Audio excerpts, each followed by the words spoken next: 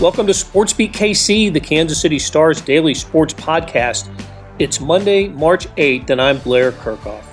It's Big 12 tournament week, and we're talking Kansas today, but not Jayhawks basketball. The Les Miles story regarding allegations of sexual harassment while he was LSU's coach has dominated the headlines for several days. Miles is now on administrative leave at Kansas as KU officials sift through all of the information. Miles' football future at Kansas is in question, and perhaps so is the man who hired him, athletic director Jeff Long. On today's show, beat writer Jesse Newell, who's been covering KU for most of the last 20 years, joins us to talk about the news at Kansas and the potential fallout for the program if KU finds itself looking for another football coach soon. We'll talk Big 12 tournament later in the week, but today let's get going talking Les Miles and KU football with Jesse Newell. Jesse, my thought about talking to you this week was involving KU basketball, right? It's Big 12 tournament week, and we're going to assess the Jayhawks' chances in Kansas City as a number 2 seed, and maybe we'll get to that in a little while. But those aren't the stories you've been working on for the last several days. No, you've been covering football and not spring practice. No. You've been covering Les Miles and investigations and allegations and all sorts of stuff.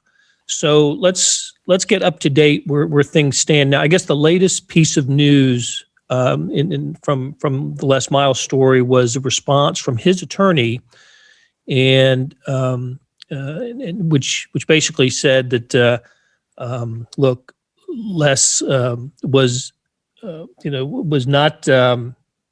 He didn't get in trouble at LSU for the allegations of sexual harassment back in 2013, and he also said that Kansas knew about a lot of this when Jeff Long, the athletic director, hired him. So, am I up to date on the latest news of Les Miles and KU football? Pretty close, yeah. So it's obviously been a busy last few days. I think the only thing I would clarify about the lawyer's statement is you sort of have to read between the lines of what he's actually saying here. And right now, this is posturing. I mean, this is what lawyers do when, potentially looks like right now you put a guy on administrative leave. I'm sure, Blair, this calls to mind for you, like what happened to Mark Mangino in 2009. It normally indicates the beginning of the end. But Les Miles has about $8 million left on his contract. So if you're Les Miles' lawyer, you're trying to sort of fire back in the media and trying to, make it so it's much more difficult for Kansas to settle this thing without paying him millions of dollars, you know what I mean? And not have to take this thing to court, kind of like KU previously did with David Beatty. But what Les Miles' lawyer said, and I think it's important to go ahead and note exactly what it was. He said that Kansas had, quote, significant information about the Taylor Porter report ahead of its release. So if we think back here, the Taylor Porter report originally came out in 2013. It was covered up. Nobody had access to it. USA Today sued for it. But then it was released to the public last week. So it could be that Les Miles' attorney, in a very smart way, is basically saying KU had access to information from that report before last week. They knew it was coming, and they did not put Les Miles on administrative leave then. Not necessarily that they knew about it before he was hired in 2018. So again, very particular wording, but it does make a difference. What he did say in there is he said that he did claim that Jeff Long and Kansas did their due diligence on Les Miles before he was hired. So that kind of speaks to the point that we're also talking about here, which is, did Kansas know? How much did they know? And, is Jeff Long responsible for knowing this, again, when it was under basically a seal, and LSU was trying to make it so that it wasn't public. So all those things kind of coming together at once. But yes, there are question marks about Les Miles' future. There are obviously question marks about Jeff Long's future as the AD. So a lot of things going on, a lot of juggling happening right now. But as of this moment, as we're speaking, only that Les Miles is on administrative leave, and right now Jeff Long saying that he is looking into the program there. We've linked to your stories in the show notes. and people certainly can go to kansascity.com to read them. And in those stories, you've referenced all the coverage of USA Today and the New Orleans Time-Picayune and the Advocate. But just since this is the first time you and I are talking about it, let's go back to 2013 to the alleged incidents that we're talking about. Les is 2 years removed from appearing in the national championship game, right? The 2011 season. It's 2013 now, and he is alleged to have kissed a student, a female student, twice in a parked car, and suggested that they end up going to a condo or a hotel room, his condo or a hotel room, and so the woman's traumatized. Les Miles and this woman reach a settlement, and that's none of that is ever known at the time, except by Joe Oliva, the LSU athletic director, who thought there was enough there to suggest to the LSU president at the time that maybe LSU should no longer, or Miles should no longer be the LSU football coach, even though things are still going pretty good for Miles and that in the LSU program at the time. So there was another incident with another female. How about describe that one, Jesse? Yeah. So really, you have three different women that came forward. The third of which isn't being discussed much because basically she said that she had gotten text messages and messages from Les Miles, thought that it was sort of strange, but didn't really have much to say other than that, didn't think they were inappropriate. But the first woman you spoke of, so she came and she made allegations against Les Miles saying that he had done something to her when the two were alone. So basically came forward, got a meeting with Miles, and there were multiple LSU employees at the time that said she was traumatized or looked traumatized, and basically just kept repeating to Les, "You know what you did to me. You know what you did to me." So that was the first one. And at that point, LSU athletic director Joe Oliva basically set up some rules for Miles to say, hey, you can't have contact with student workers. You can't message them anymore, all those sorts of things. So then shortly after that, that's when the second one came forward, which is what you spoke of earlier, which is this woman claimed that Les Miles texted her, sent Facebook messages to her, picked her up when he was alone in his car, said in a parked car on campus, alleged that he kissed her twice. Now, Les Miles has denied those allegations, but she also said that, yes, he had suggested that they either go to his condo or to a hotel room as well. Again, those are all allegations that Les Miles does not say happened, but at the same time, that is where Joe Oliva then came forward with his email and said to the Universe Press, and basically saying, hey, this happened one time. I warned Les Miles. I told him to cut it out, basically, and then it happened again after that. So that's why I feel like there's potential here to fire him with cause, because he had these things said to him and he still ignored those rules and went and did the same thing again. So that's kind of how that timeline plays out. And like you said, all of this is stuff from 2012, 2013. So it is a long time ago, but now that it's made public and the light and the perception of it, it puts KU in a very difficult spot. Well, yeah, it does. Okay, so why Joe Oliva knew about it? Why wasn't this? Why weren't these allegations public then? Yeah, so LSU hired that Taylor Porter, a law firm, to go over and investigate them. At the end, Taylor Porter, their finding with it was that the claims that were made, they basically said they could not determine what happened in that car, and the claims that were made, they could not find rose to the level of sexual harassment. So basically at that point, this file was sort of tucked away, and everyone was made aware at the time that they were going to try to keep this thing under seal to sort of protect Les Miles, and obviously his attorneys have fought to do that in the meantime as well. They even went to as far as to, in the report, to put X's in Les Miles' name instead of saying Les Miles, just in case some random open records request, would have popped up and had that thing uncovered. So this latest report, which came out, which is from a different law firm, Hush Blackwell, they went over all of the Title IX ramifications of this, and their finding was that this thing should have risen to the level of sexual harassment. So their finding was different than what the original law firm said. The other part that kind of complicates these things is that second woman that we talked about. You mentioned that Blair signed a settlement agreement with Les Miles. So obviously you would assume that she wanted to not be public, and also she wanted, a sum of money to have a non-disclosure agreement. So it makes it a little bit more difficult when the woman involved in all this, and rightfully so, if she chooses that she wants to remain anonymous, you sort of have to follow along with that as well. So a lot of complicating factors, but I would kind of point to that Taylor Porter report originally saying that what happened did not rise to the level of sexual harassment. And again, that is something that the second law firm came back and said that that is a finding that they did not agree with. So does Les Miles' attorney have a point that that Miles should that he questions why KU even put Miles on administrative leave, and there shouldn't be any question about Miles continuing as the Kansas football coach?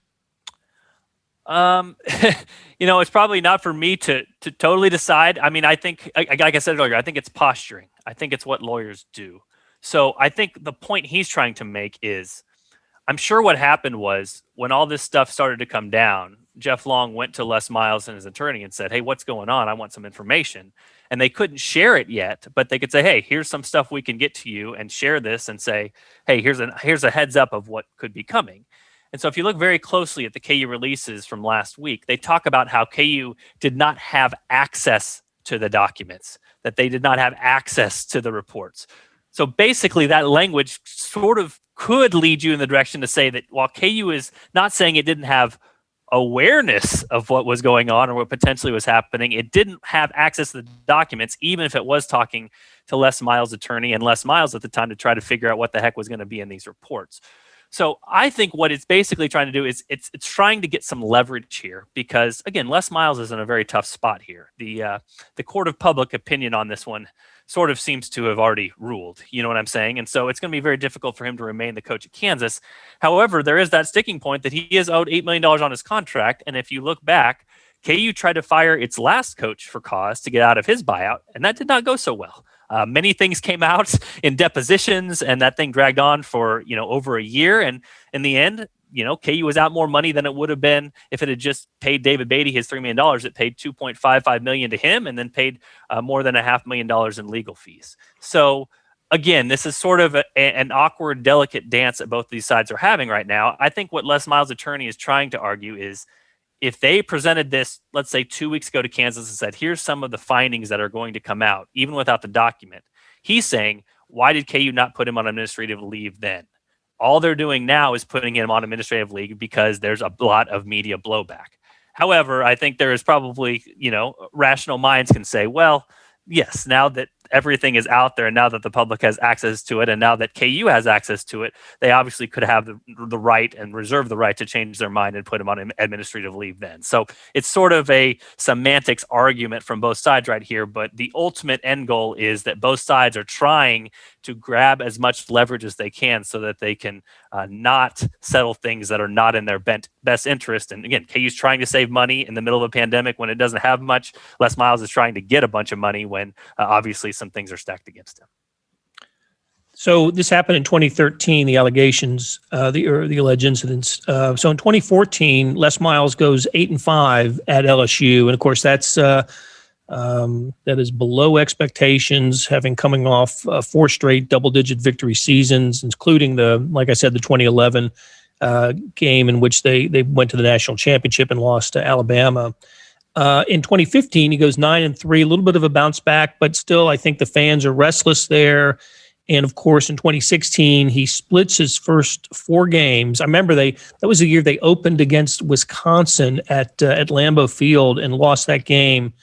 So the LSU gets to 2-2, and Les Miles is fired at that point, and Ed Ogeron comes aboard. And of course, Ogeron has been there since. And some of these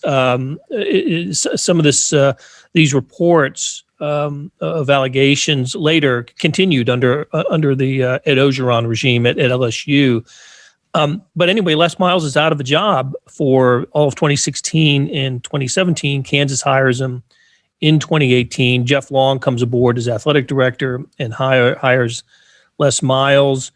And, you don't have to just Google, Les Miles hires Jeff Long hires Les Miles to get details about that, all you have to do is go to ESPN Watch and watch the reality show of the courting process of Les Miles by Jeff Long. It really is you think back on that time now, Jesse, and you just wonder when did these two parties agree to come together, right? When did Jeff Long decide to hire Les Miles? And as you mentioned earlier, how much did Jeff Long know about the allegations at LSU when he was courting Les Miles?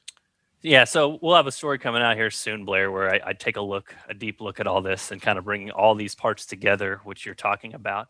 I think it is relevant to speak about the Miles to Go documentary. And also, when I'm speaking about this, a lot of this information comes from these depositions, which I came about because KU didn't pay David Beatty his buyout money. So Jeff Long and former chair of the Williams Fund, which is KU Athletics fundraising arm, Matt Beatty, both were put under deposition under oath and had to answer questions, from lawyers. So if you go back to that time, a couple of things. Matt Beatty says in his deposition that he believed that Les Miles was the candidate for Jeff Long from day one. The number one candidate from day one was his quote in there, and said he had talked to Matt Beatty about, in the office about how donors would react to Les Miles from, one of the first days on the job. Remember, Jeff Long's first day was August 1st of 2018. So when Matt Beatty is saying that his thoughts were with Les Miles from August, we're talking about from literally the day he steps on campus. So there's that part of it. And then you mentioned the Miles to Go documentary. Jeff Long actually admits in the deposition that KU went out and hired the JM Associates who went out and shot the Miles to Go. It was a Fayetteville, Arkansas company. So it was a company and an owner that Jeff Long was very familiar with from his time in Arkansas. He built a relationship. The guy is a talk show host down there in Arkansas, Fayetteville. So they hired this company to shoot the documentary. And Jeff Long admits in the deposition that the film crew was at Les Miles' house before he was hired at Kansas. So, Jeff Long claims in the deposition that the film crew was making a very educated guess. They figured in case it happened, it would be good to have that footage. Obviously, David Beatty's lawyer was very much pressing him on that, saying, you're saying out of all the hundreds of coaches that are eligible for the job out there, they just ended up in Baton Rouge with the guy who ended up getting the job. So there are a lot of questions there. However, I do want to state this. There is a possibility that this information would have been very hard to find. Now, Jeff Long was an AD in the SEC when Joe Oliva obviously was LSU, so obviously a colleague AD. I'm sure he talked with him before he hired Les Miles. But we're talking about a report and a settlement that was buried and only really uncovered once there were lawsuits from USA Today and even emails sent out to basically warn guys like Joe Oliva at LSU that this thing needs to stay under seal and no one needs to talk about this because this is a confidential matter and needs to be classified information. So you're kind of left in the balance of those two things, Blair. There is a lot of evidence that Jeff Long was dead set on hiring Les Miles as his next football coach, even from the first day that he stepped on KU's campus. But how do you weigh that against the fact that what is being alleged now sure seems to have been, there was a major effort taken to hide that from the public view, and now it's only come out 8 years later. So again, there's some truth in the middle there. I don't know exactly what that is, but it seems like both of those we can kind of understand that there is some nuance there to say, hey, potentially Jeff Long was very excited to hire Les Miles and thought about this a lot even before he had fired David Beatty. But at the same time, there might have been difficult to find some of these allegations because of the sensitive nature of that topic and because it was many people were trying very hard to keep that from the public view. You mentioned Matt Beatty, no relation to former KU football coach David Beatty. Spelled differently, yes. Good to say that too. Okay, hey, let's take a break, Jesse. When we come back, I want to ask you something just generally about Kansas football. Hey, it's Blair. We have a special subscription offer for SportsBeat KC listeners, unlimited digital access to the Kansas City Star's award-winning sports coverage. Sign up now for 1 year of Sports Pass for access to all the sports news, features, and columns presented on the kansascity.com site, and it's only $30. That's a 40% savings off our regular rate. Your subscription will automatically renew after the initial term at $50 unless you tell us to cancel. Your subscription helps support the sports coverage of kansascity.com and the Kansas City Star, and that support has never been more important. Please visit kansascity.com/SportsBeat KC offer to get this special offer. And as always, thanks for listening. And we're back with Jesse Newell talking Kansas football and the Les Miles saga at KU. Jesse, how long have you been covering the Jayhawks? Well, not just for us, but for other publications. Off and on a long time. So, I mean, I covered them off and on in college, so that'd be from 2002 to 2006, and then I went back to the Lawrence Journal World and was covering KU starting in 2008. So actually it was 2008, 2009, so it was the year after all the Orange Bowls and national championships and such. So I'm getting old, but consecutively now for about 13 years, and more than that, I guess about 17.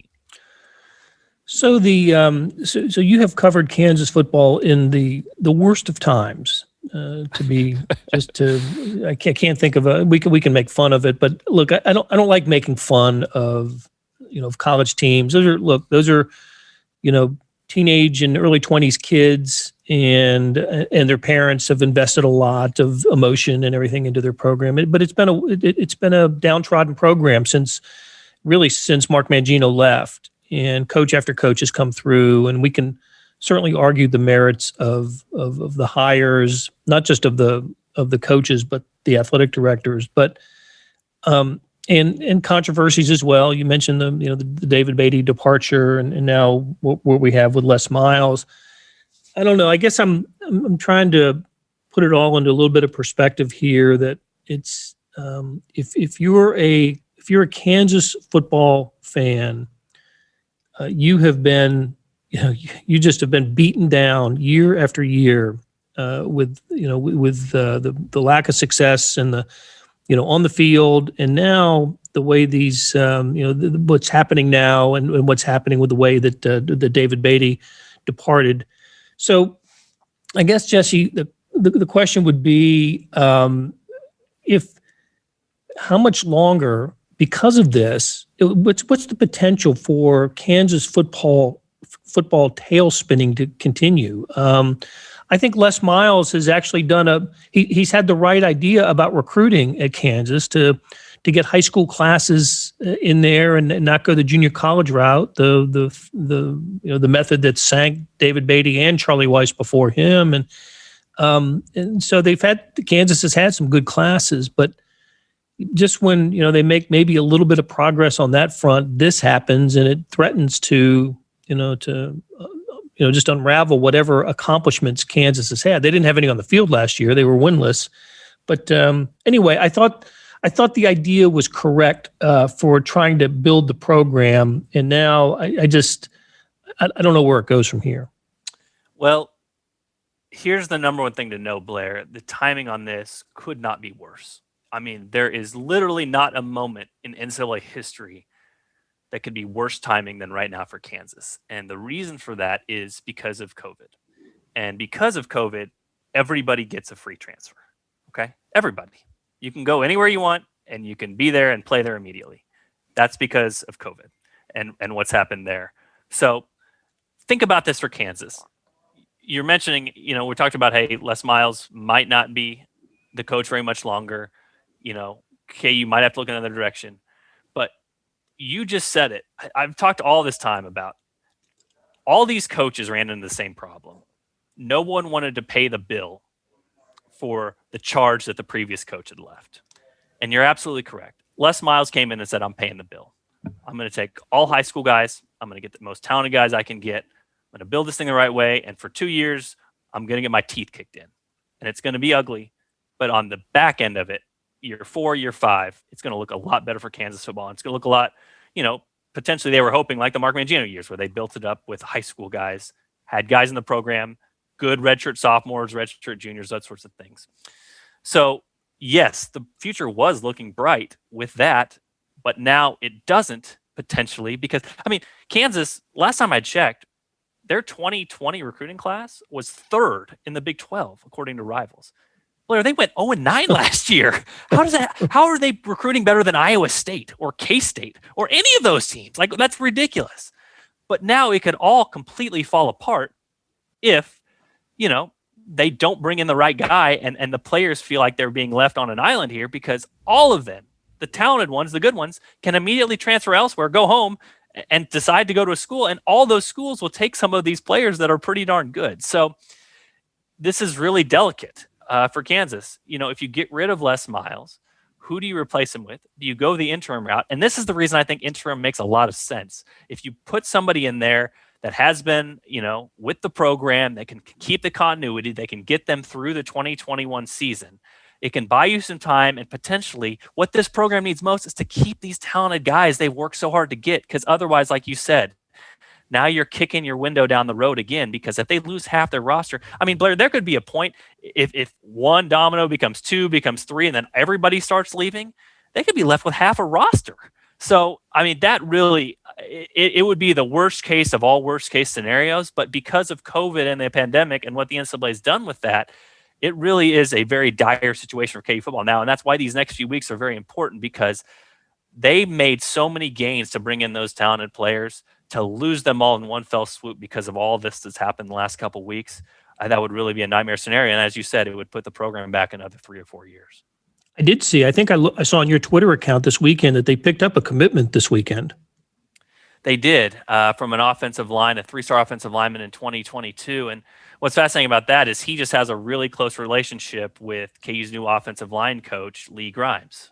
So again, it's the same sort of thing. A lot of times nowadays, which is smart, these kids are committing to their position coaches rather than to the head coaches, because that's who is going to be coaching every single day. But it's the same question and the same concept, which is if Kansas, let's say they go the interim route and then they hire a new coach after the 2021 season, well, is that coach going to keep everybody in place, or is he going to go hire his staff? And then the same thing happens. You have the same machinations, repeating themselves over again, which is this great 3-star offensive tackle who you have in hand and is ready to come play for you. Well, if your offensive line coach leaves the program, guess where he's going? He's going to follow his offensive line coach, and you're starting over again with another recruiting class. So, yeah, all of this, I don't mean to sound like Debbie Downer over here, but it really, KU spent 2 years, as you mentioned. The best thing that Les Miles did was they recruited the right way. They didn't go after JUCO guys. They tried to build this thing up the correct way through the program. And there's a real threat right now for all that progress, all that to be lost here in a very short amount of time if KU doesn't handle the situation correctly. And so, yeah, it's kind of a danger zone at this moment. And it's too bad for a program that, again, really, really, really at this point after a decade needs something good to happen. It just doesn't seem like that's going to be in the cards here, not for the immediate future. Well, it's a fascinating story that we'll continue to pay attention to and certainly follow your reporting, Jesse. I appreciate you spending some time with us, and we'll get to basketball and the Big 12 tournament later this week. Thanks, Jesse. All right, thanks, Blair. That'll do it for today. Thanks to our SportsBeat KC production staff of Derek Donovan, Beth Welsh, Monty Davis, Jeff Rosen, Chris Fickett, and Savannah Smith. Tip of the cap to Jesse Newell for stopping by and talking KU football. Links to his stories can be found in the show notes and on kansascity.com. Hey, we have another deal for you. For a limited time, you can subscribe to Sports Pass for 99 cents a month. That's right, 99 pennies a month. After 3 months, it auto-renews at $5.99 a month unless you cancel. And what a time to subscribe. The Royals are at spring training, March Madness is here, and it's never not Chiefs season. How do you get it? You go to kansascity.com/sportspass2020. That is kansascity.com/sportspass2020. You want more than just sports coverage? Check out the entire Kansas City Star product. Sports news, features, commentary, and analysis, the whole thing. You get all the stories written by my talented colleagues, plus additional national news, sports, and business coverage with the e-edition. The details for all of these deals can be found at account.kansascity.com/subscribe. And if you're having trouble hunting down any of those offers, you send me an email, bkerkhoff@kcstar.com, and I will get you to the right place. So Whether it's the Sports Pass or the full subscription, you're getting and supporting the best sports and news coverage in Kansas City and helping us produce programs like SportsBeat KC. Thanks for listening, and we'll be back on Tuesday with another episode.